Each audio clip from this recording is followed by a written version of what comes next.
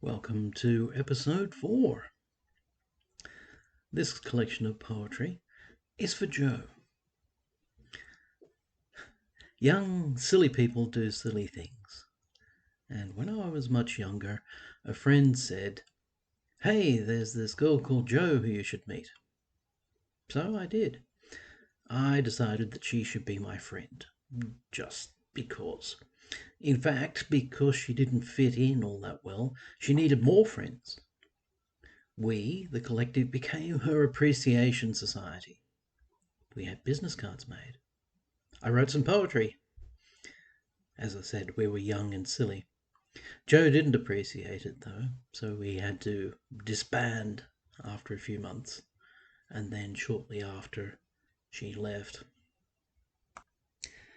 A tousled mass of charcoal hair caresses creamy skin as fine as porcelain, a graceful air, and how I wish that she were mine. A ruby smile and deep dark eyes, above a dainty nose they shine, enough to make my heartbeat rise, and how I wish that she were mine. She walks across a crowded room, and eyes will follow on that line, a shining angel in the gloom, and how I wish that she were mine. This dream, this image oft occurs, but how can I be ever hers? And now I know that face by name. We've spoken words and shared some time. I knew my feelings wouldn't change, perhaps more fuel to feed the flame. I place these thoughts in metered rhyme, so I'll recall this love so strange. In time I may forget the voice that wafted gently in the air, but time is kinder to the face that memory has kept by choice, and holds with other things as fair. Let nothing glimmer in its place. We never touched. The words you spoke were touching, touched me, did you know? I stayed beneath your lovely spell until the demons had it broke with jealousy, and watched the glow that held me fade back to my shell. Some angel left me standing on a ledge, once built for two. I stood too near the edge.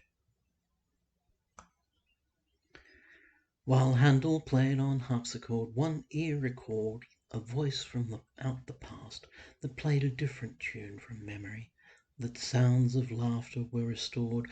Although this replay went too fast, I caught the lilt of vocal imagery. 1 minute's loneliness stretched on, eternity while you were far away, and only echoes left to comfort me. A voice, two lips, two eyes that gently shone, all spoke to me the captured words you say, recorded and replayed, reclaimed eternally. Each gentle word that passed between your lips, from memory to presence, softly slips. I need your ever-presence in my heart to guide me like a beacon in the night of lonely longing when we're two apart. I need your ever-presence in my heart to guide me like a beacon in the night of lonely longing when we're two apart to hear each other's voice. I need your hand to steady me if I should fall without the light from shining eyes. I hope you understand. I need your memory so I can turn my doubts and fears of loneliness away, as if you'd never left, till you return to me unchanged. And then these thoughts renew themselves, each sight, each touch, each word you say replenished in the image that I keep of you. And yet I'll need you still to comfort me in person when the nights are growing cold, and memory and love are all I see, but still the loneliness from deep within can chill my soul and heart and mind, take hold of what you leave me when such thoughts begin. I need the love that memory can't give to me to carry on, to love, to live. I wish that I could hold you in my arms instead of always dreaming from afar, and knowing that you hold another's heart within your hands, those pink and porcelain palms. I wish that I could catch you for you a star to wear upon your brow, to show your astral art. I wish that I could tell you how I feel without the fear that someone else's word means so much more. I wish these rhyming lines could touch you, or else make the dreams more real, or bring you closer than the speech I've slurred when we have talked inaneness with designs. But I am not the wordsmith, I profess, nor have I power there to turn your thought to so accept this shell wherein I'm trapped, and only dreamers' loves accept this ugliness as more than what some joking sculptor wrought, and now in mists of loveliness enwrapped. I wish that love was simpler than it is. I'd give it all away for just one kiss. A myriad expressions passed across your ever-lovely face, a frown, a smirk, a smile, all flitted while your darkling eyes still glittered with emotions changing fast, all lighting up that solemn place. I tried to keep your eyes in track, they darted all about the room, but when I caught their glow I saw the light reflected of a soul that shone so bright, reminder of the light I lack, it filled my heart and soul with gloom. And then a smile that took my cares away, a patch of sunlit blue within my grey. A friend, and nothing more nor less, can raise you up when you are down, can lend a smile to match a frown, can fill a heart of emptiness. And though I find such friends are rare, once found they're very hard to lose. We get the friends we earn, we choose to keep the friends we love, who care. I have such friends that time can't steal, though time may separate in sight two friends, it cannot take the light that shines that only friends may feel. I think that I have never penned sweet words enough to write a friend. My memory cools whenever we're apart, more than a moment, but my feelings live in exile from your presence, though they fade like cold caresses, haunting to my heart. These ghostly afterthoughts you always give, like promises I thought that you had made. This chill of loneliness that seeps inside my unfilled heart pervades unto the bone, so cold the climate when you are not there, and only images of lovers' pride can keep me warm when I am left alone without your touch, without some one to care. But then there are the times when you return to waiting eyes that drink your essence free, forgetting lonely hours that slowly passed, enwrapped before the presence I so yearn and so fulfilled, a lone eternity forgotten in a moment unsurpassed. And worth the wait, no doubt, my love is near enough to hold, and happy times are here. Somebody's watching over you, I know. I've seen the eyes that follow when you rise from where you work, and chase you when you go. I've seen the hunger hidden in those eyes. I know the way he dreams of you at night, and his desires, designs upon your soul. This black heart demon, he would steal your light to serve his evil thoughts, to make him whole. But do not fear. I have the will to hold him from your presence. You need never fear his touch, his sight, his evil heart so cold. I will protect and never let him near. I think I can control these thoughts I hide from you, but pray I keep them all inside. I sent a message out from Butterfly to Joe of love and poetry and mystery in the air, along the copper channels where all greetings go to sanctify a real-time moment we could share. We talked inanities from Butterfly to Joe, in public places where known demons passed us by. I thought, at least, in one some kind of love might grow from close association as the time went by. But nothing would return from Joe to Butterfly. No messages through copper, paper, voice, or thought forthcoming in a private place or public eye. And this was not the love affair that I had sought.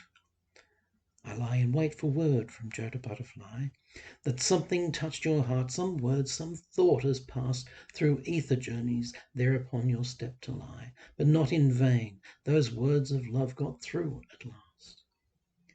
From Butterfly to Joe across the distance fly, and their hoped for return, from Joe to Butterfly. What dreams tonight? Sweet Muse, please visit me with dreams of love to take away my cares, and fill my heart with feelings that the day cannot imbue, the imagery of she I love but cannot touch, the one who tears my heart apart. I'll dream her if I may. And if, tonight, my dreams could be more real, perhaps to touch the soul I so desire, then better still. I'll take her trembling hand in mine, and watch the stars above that seal the fates of lovers in their distant fire, on paths that mortals cannot understand.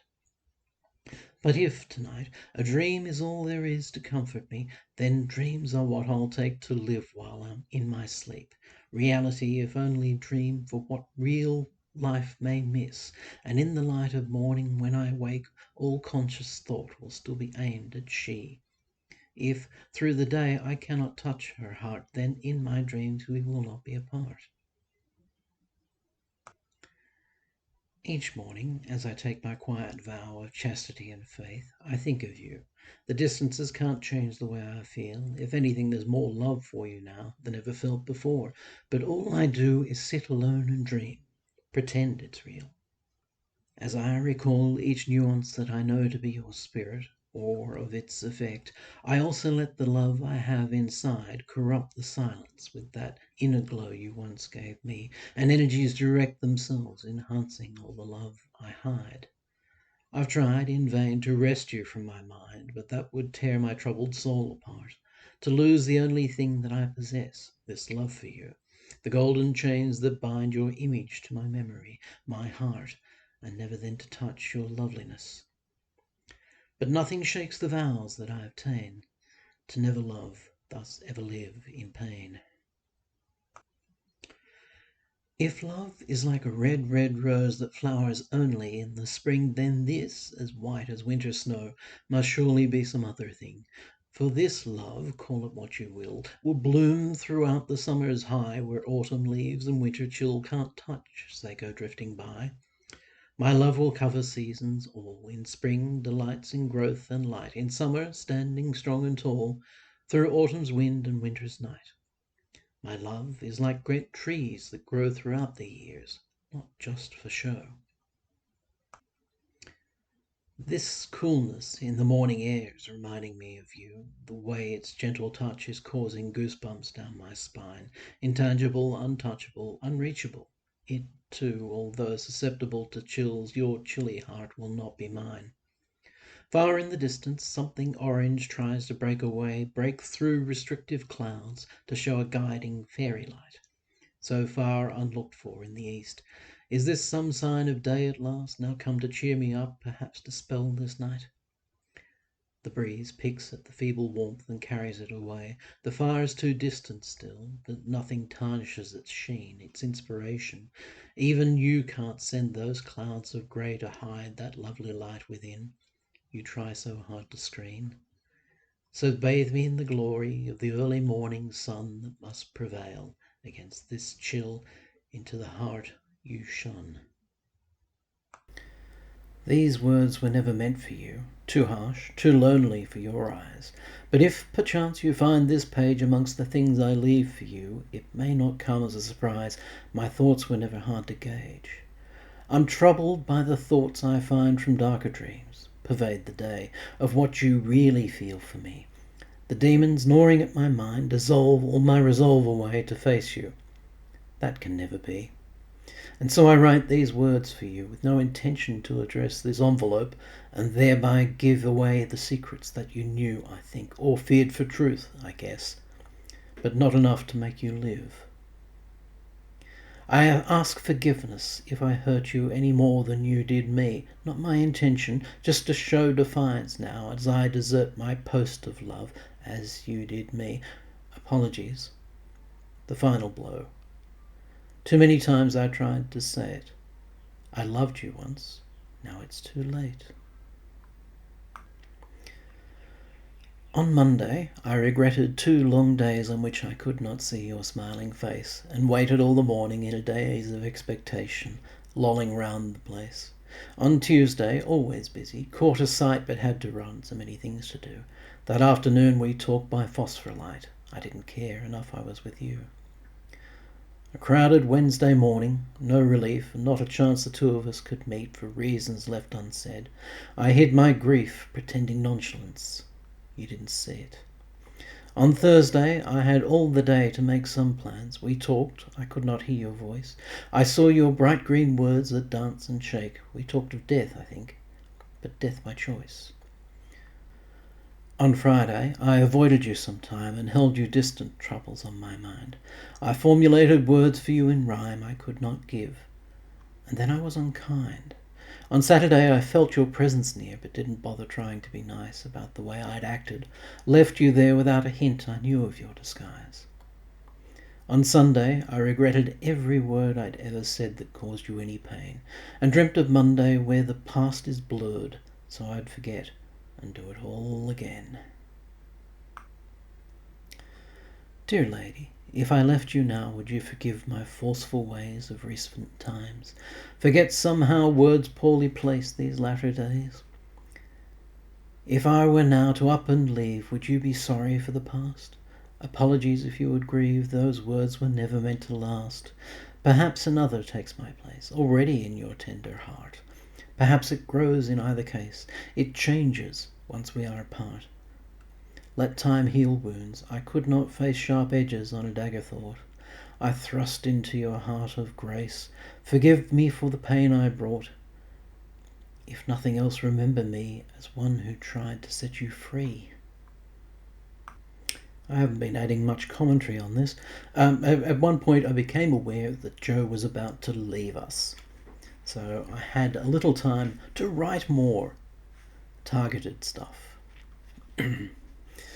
So little time, so much to say before my lady goes away. Too often, though, words aren't enough to speak of feelings, hearts in love. And so I stare into your eyes to see beyond that cool disguise. Is that emotion that I see, or hope that's got the best of me? If time were kinder than it is, I'd leave you with a parting kiss and say enough in one caress to fill all future emptiness. But still I have not words to say enough before you go your way. What is this word, goodbye? Is it enough when parting but to say that final word, then turn away? It can't replace the love, and other things we leave unsaid aren't heard. Then what am I to say when I leave you? I'll not goodbye, I'd rather shed a tear. There's ciao, a greeting, meet again, adieu, but neither says the things you need to hear. Perhaps it's best to leave the words unsaid, pretending that it's just another day before I see your smile. A year instead may pass in hope, yet hopeful anyway. 1,000,000 times goodbye. I will not see you with those words upon your lips. We part as friends, not lovers now, just you and me, the loved one, and one with a broken heart. So la, I say, a greeting and farewell. Hello, I must be leaving. Who can tell? Yes, so there's a final apology there to Phil Collins for obvious reasons. That's a wrap. Episode 4. Jo is out there somewhere, and that is her real name. And I hope she's having a wonderful life.